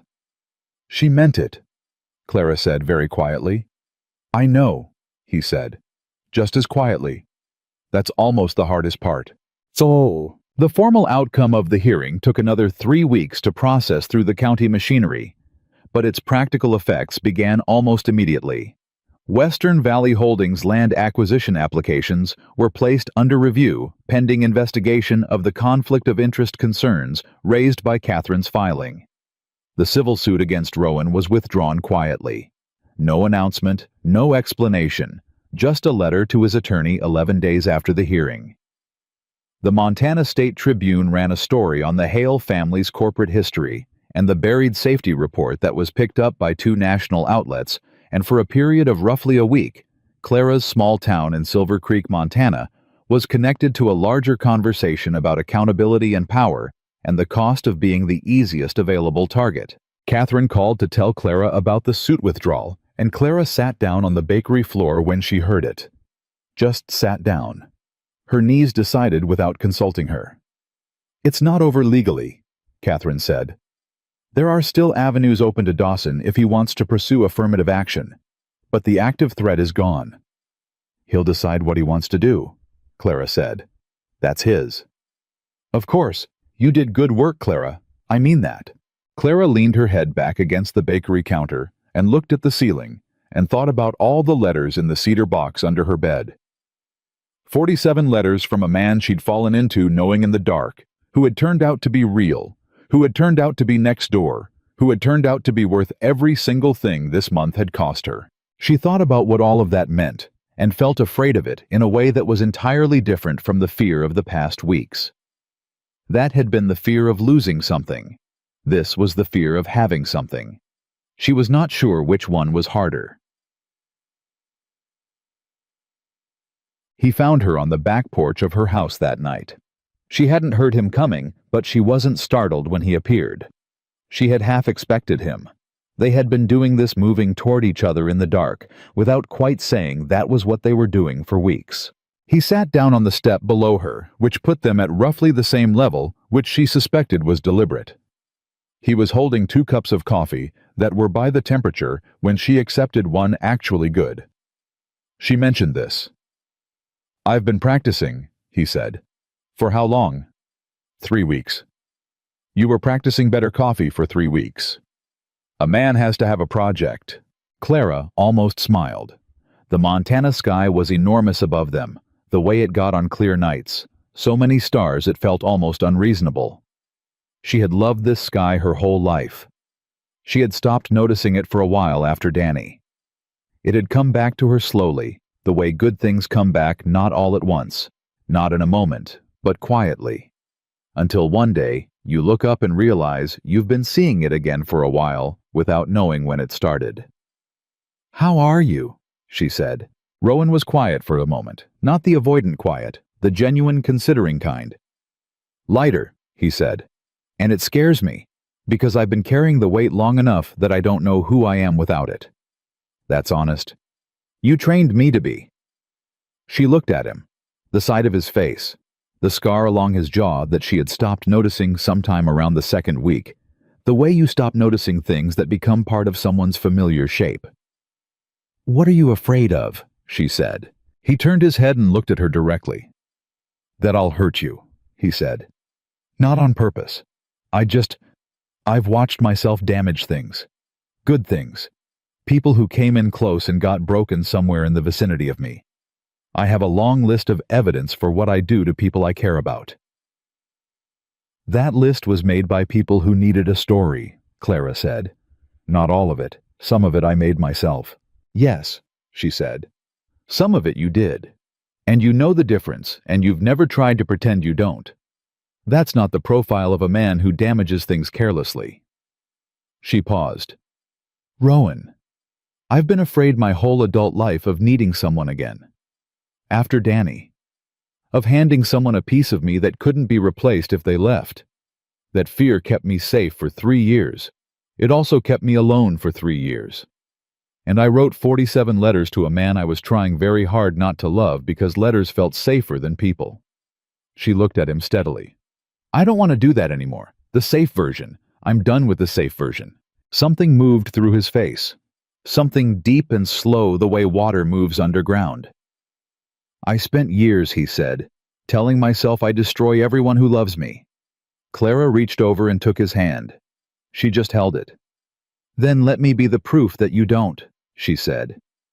He looked at her. She looked back. And then Rowan Dawson, who had been holding the entire weight of 4 years of guilt and exile and silence without flinching, who had not cried at his own hearing, who had not cried when the suit was withdrawn, who had not cried when Vivian Hale said the most honest thing she'd said in 4 years, finally did. Not dramatically, not loudly, just quietly on her back porch under the enormous Montana sky with her hand around his. Clara held on and didn't say a word. Because some moments don't need words. Because the letters had taught her that. Because sitting with someone in the hard parts without flinching was its own kind of language, and she was fluent in it now, and she was not going anywhere. The stars were out in their thousands. Silver Creek was quiet. And for the first time in 4 years, Rowan Dawson was not alone in it. He was different after that night, not transformed. Clara had never believed in transformation, the sudden cinematic kind, where a person becomes someone else overnight. What she believed in was the slower work. The kind that happens in increments, the way a river reshapes a bank gradually, without announcement, until one day you look and the landscape is different, and you can't point to the exact moment it changed. Rowan still woke early. Still had nights where the sleep didn't come, but he stopped disappearing into the silence of them alone. He started appearing at her back door at 5 in the morning instead, and she started leaving it unlocked after midnight, and neither of them made a formal announcement about any of it. It was simply what happened. The way the morning coffee had been simply what happened. The way certain things between certain people don't require negotiation, they just find their shape.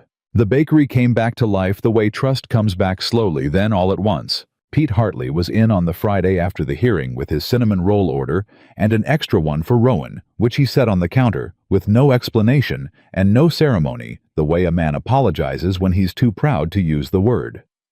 Clara wrapped it without comment, and Pete nodded once, and that was that. May brought her church auxiliary back within 2 weeks, and she brought them in person, rather than calling. Which meant she stood in the middle of the bakery and said loudly enough for anyone within earshot to hear that Clara Bennett made the best bread in the state, and anyone who'd stopped buying it for foolish reasons ought to be embarrassed.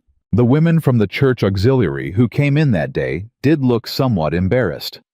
Clara sold them twice what they'd normally ordered. Sandra Pruitt came in on a Tuesday and bought a sourdough loaf and made eye contact the entire transaction and said carefully, "I should have asked more questions."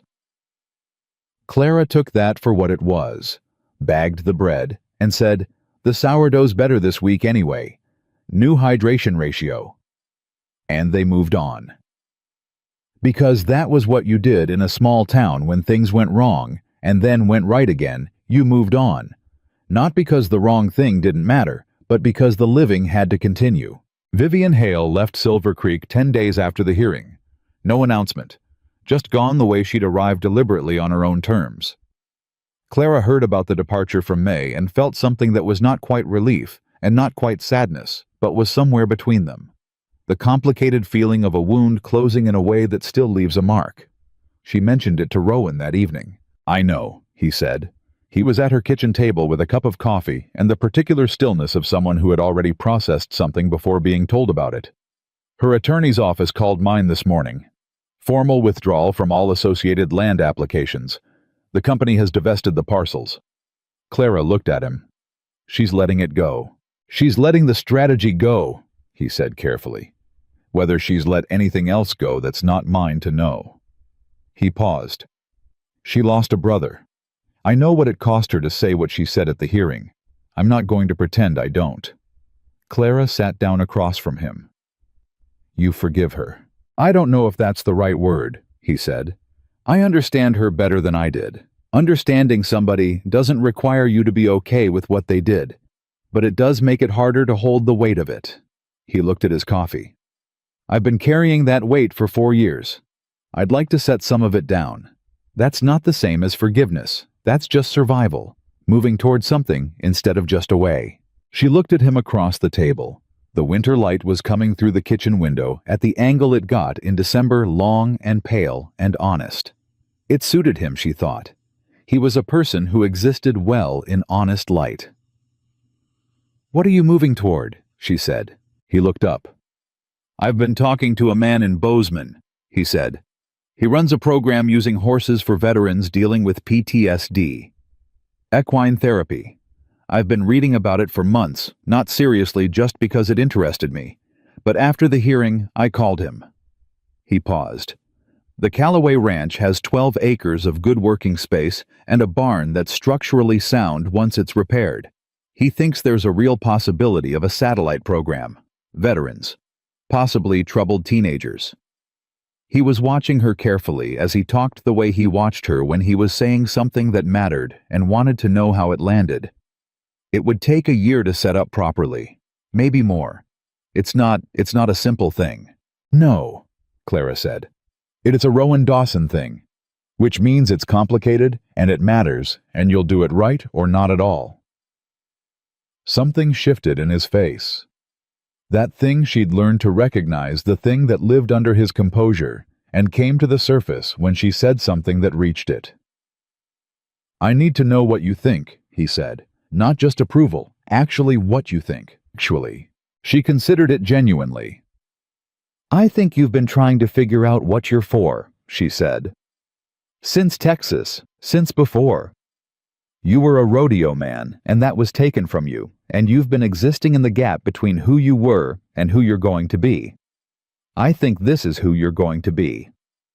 She paused. And I think a man who learned to sit with someone's pain without flinching, who learned it through 47 letters and one very hard year, is exactly the right person to build something like that. Rowan was quiet for a long moment. The letters, he said. I've been thinking about the letters. What about them? I want to frame them, he said. Some of them. Not all, some of them are too private for walls. A pause. But some of them. For the ranch. If you'd agree to that. Clara thought about the cedar box under her bed. 47 letters bound with bakery twine, read so many times the fold lines were soft as cloth. The letters that had kept her alive in the years before she knew he was real. The letters that had built something between two broken people in the dark. Yes, she said. I'd agree to that. Spring arrived in Silver Creek the way it always did, grudgingly, then generously, then all at once. Rowan's brother came to visit in April. His name was Seth, and he was 31 and quiet in a way that was different from Rowan's quiet, thinner, more fragile, the quiet of someone still learning how to be well, rather than someone who had always lived inward.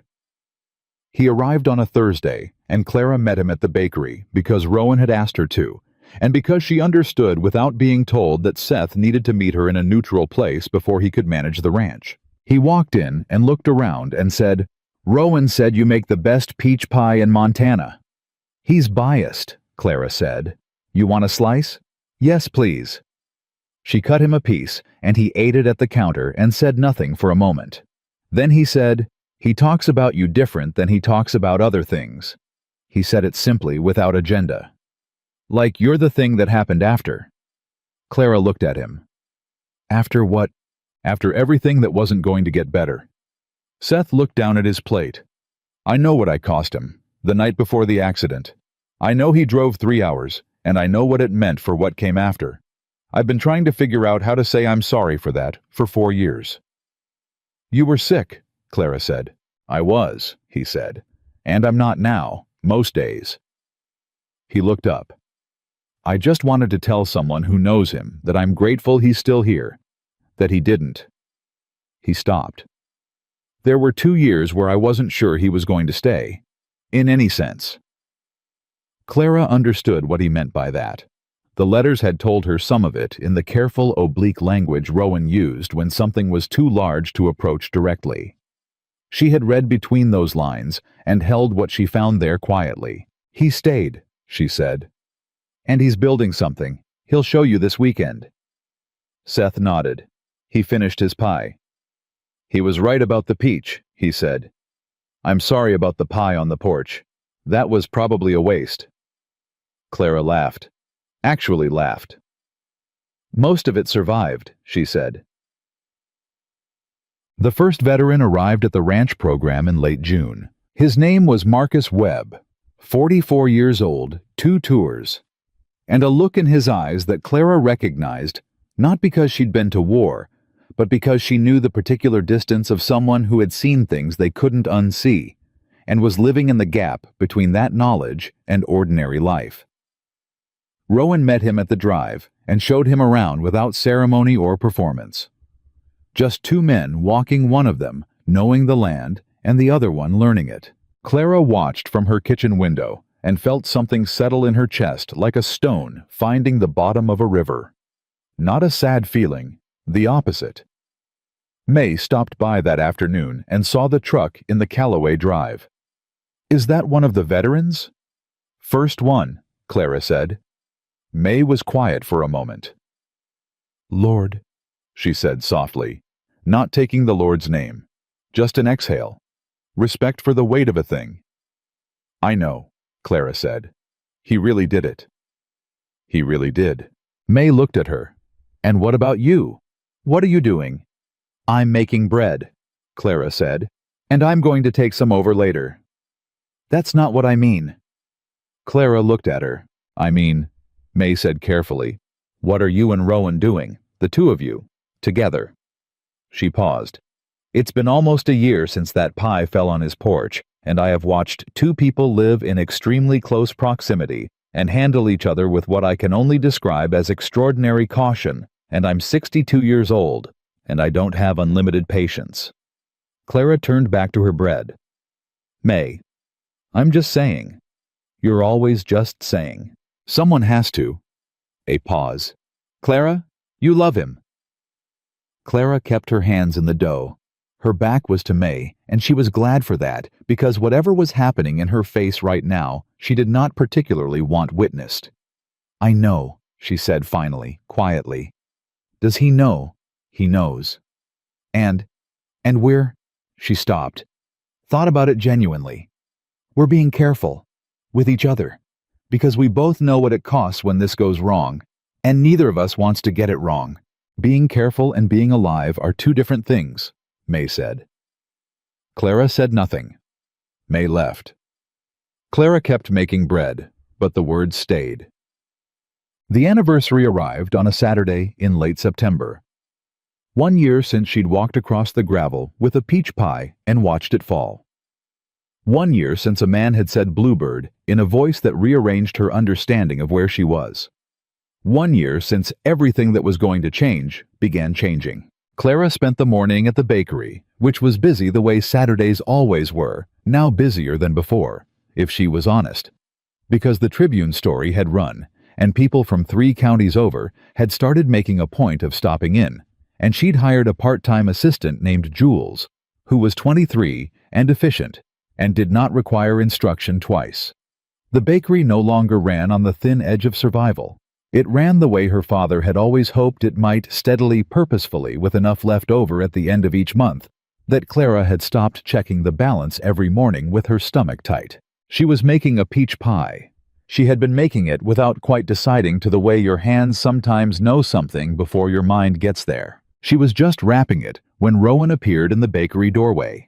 He never came to the bakery during business hours. He respected the separation of her work from their mornings, which was one of the many small ways he demonstrated that he understood her better than most people managed. So his appearance was notable. Jules looked up. Clara looked up. He was holding an envelope. "Go ahead," he said to Jules with the particular directness that wasn't rude but was absolute. "Take your break." Jules took her break. Rowan came to the counter. He set the envelope down between them. Clara looked at it, then at him. His face was doing the thing it did when something mattered significantly, and he was managing himself carefully. "Open it," he said. She opened it. It was a letter, handwritten on the same plain white paper he'd used from the beginning. His handwriting, which she knew as well as her own, now deliberate, a little rough, each word placed like it had been considered. She read it. "A year ago I opened a door and you were standing there with a pie that neither of us held on to very well. I've thought about that moment more times than I can count. Not because it was dramatic, though I suppose it was, but because of what came after. You didn't run. You came back the next morning with biscuits, and you sat across from me, and you were honest, the way you've always been honest, which is without apology and without performance, just the plain truth of who you are and what you think. I spent years believing I was the kind of man who damaged things. I have evidence for that belief, and I'm not going to tell you the evidence was wrong, but you asked me once to let you be proof of something different. I want you to know that you are. Not because everything is fixed, it isn't, and I don't think either of us would trust it if it were, but because I am standing here, in this town, in this life, in the mornings and the hard nights and the ordinary days, and I am not running. And that is because of you. I don't know how to say the big things without them going wrong on me. I've always been better at writing them. So I'm writing this one. I love you, Clara. I have for longer than I knew how to say it. And I would like if you'll allow it to stop being careful and start being something else instead. R.D. Clara read it twice.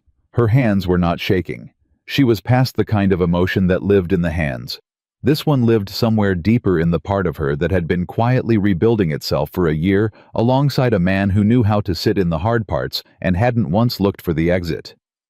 She set the letter down. She looked at him. "You practiced this," she said. "I wrote 4 drafts. Which one is this, fifth?" he said. The 4th one was too long. "How long?" 3 pages. Rowan. I had things to say. She pressed her lips together against something that was not quite a smile and not quite tears, but was made of the same material as both. She came around the counter. She stood in front of him. She put her hand flat against his chest over his heart, the way she had sometimes wanted to when they were on the back porch or at the kitchen table, and the distance between them felt like a question she wasn't sure how to ask. She could feel his heart. Fast. He was not as composed as he looked. "I love you too," she said. "I have for longer than I knew what to do with it." He put his hand over hers, held it there against his chest. Looked at her the way he had looked at her since the very first morning, with complete and total attention, nothing held back. Nothing managed, just all of him present and accounted for. "The pie," he said. "On the counter." "Peach," she said. "I didn't plan it. My hands did." "Okay," he said. "Then bring it over tonight. I'll make the coffee." "It better be good." "It'll be excellent," he said. "I've been practicing for a year." Clara laughed real full, the kind she had thought she'd lost somewhere between grief and survival and the long Montana winters. The kind that doesn't need an occasion. The kind that just lives in a person who has finally stopped rationing it. That evening, the old letters went up on the walls. Not all of them, the private ones, stayed in the cedar box, because some things belong only to the people who wrote them. But a dozen of them, the ones that had carried the most weight and survived the most readings, went into simple frames that Rowan had bought in town, and Marcus Webb had helped him hang in the late afternoon, while Seth ate cookies at the kitchen table, and told them both they were taking too long. Clara stood in the ranch house living room and looked at her own handwriting on the walls. Her words. His words. The back and forth of 2 people finding each other in the dark, one honest sentence at a time. It should have felt strange seeing private things made visible. It didn't. It felt like testimony. like evidence of something that had happened and was real and deserved to take up space in the world. Marcus stood beside her and looked at the frames for a long moment. "Those are letters," he said. "Pen pal letters," she said. "Before we met." He looked at the nearest one, a paragraph of hers from early on about the specific loneliness of a Sunday morning, and then he looked away, not from discomfort, but from the particular respect of recognizing something that belongs to someone else. "That's something," he said quietly. "It is," she agreed. Rowan came and stood on her other side. He didn't say anything. He just stood there looking at the wall of letters, the way you look at something you built with your hands, with the particular satisfaction of a thing done right. "You okay?" she said. "Better than," he said. Seth from the kitchen doorway. "Are you two going to stand there all night, or are we eating?" "We're eating," Clara called back. "The pie's getting cold." "Pie's supposed to be room temperature, Seth. I don't know what that means and I don't want to learn." Rowan's hand found hers. She took it. They went to the kitchen. What happened in Silver Creek after that was not a fairy tale. Clara knew better than to use that word, and Rowan had never trusted easy endings. What happened was life, which is harder and stranger and more valuable than any story with a tidy finish. Marcus stayed in their program 3 months and came back twice after. He brought 2 other veterans the second time, one of whom cried the first time he sat on a horse and didn't apologize for it. Seth visited every 2 months and stayed longer each time.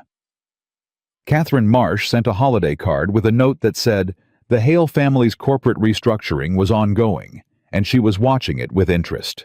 Denise Okafor called on the anniversary of the hearing to say her daughter had started riding lessons, which had nothing to do with anything and everything to do with something. The bakery expanded. Not dramatically, Clara was not a woman who trusted dramatic expansion. But she hired Jules full-time and added Saturday afternoon hours and started selling to 2 restaurants in the next county over, and by the following spring, the mortgage was paid down enough that the monthly check of the balance no longer made her stomach clench. Pete Hartley came for his cinnamon roll every Friday until the week he didn't. And then Clara made a cinnamon roll and brought it to his house, and they sat together in his kitchen and talked about his wife, who had been gone 11 years, and about Danny, who had been gone 4, and about the specific way grief changes shape over time without ever entirely leaving. They did this most Fridays after that. And on the mornings, the ordinary mornings, the ones that didn't have drama or turning points or moments that would be told in stories. Clara and Rowan sat in one kitchen or the other, with coffee that was genuinely good by now, and talked or didn't talk and moved through the hours. The way people move through hours, they have chosen carefully. There was one morning in the following October when Clara came across the drive, and Rowan was already outside, leaning on the fence, looking at the east field in the thin, early light, and she stood beside him and looked at the same thing without asking what he was looking at. And after a while he said, "I keep thinking about Lucas Hale." She waited. "Not with guilt," he said carefully. "Differently than that. I think about who he might have been, what he might have done with another 40 years. He paused. "I don't think that goes away. I don't want it to. I think carrying it is part of how I stay honest about what happened. About my part and everyone else's part. I don't want to get to a place where I'm comfortable." "You won't," Clara said. "That's not who you are." He looked at her. "You'll carry it," she said, "and you'll keep building anyway. That's what you do. That's what you've always done." She looked at him steadily. "And you won't be doing it alone. Not anymore." Rowan turned back to the east field. The morning was coming in over the ridge the way Montana mornings come, wide and honest and indifferent to whether you're ready for them. "No," he said, "not anymore." And that was the thing that was true at the end of all of it. Not that the grief was gone, or the guilt was finished, or the hard parts of either of them had been smoothed away by a year of love and good coffee and letters on walls. None of that was true. What was true was simpler and more durable than any of it. 2 people who had written their way to each other through the dark had decided to stay. Not because life was easy, or pain was manageable, or the future was guaranteed, none of those things were true, and they both knew it. But because the alternative, the careful, safe, solitary alternative, had cost them both too many years already, and they were done paying that particular price. Clara Bennett had walked across a gravel drive with a peach pie on a September morning, and the pie had fallen, and the man in the doorway had said her name like he'd been waiting to say it correctly. And everything that happened after the fear, and the fight, and the letters on the walls, and the coffee that finally got good, had been worth every single moment of it. She had come next door to be a good neighbor. She had stayed because she was home, and that all of it. Every letter and every morning and every hard night and every ordinary day that followed was exactly enough.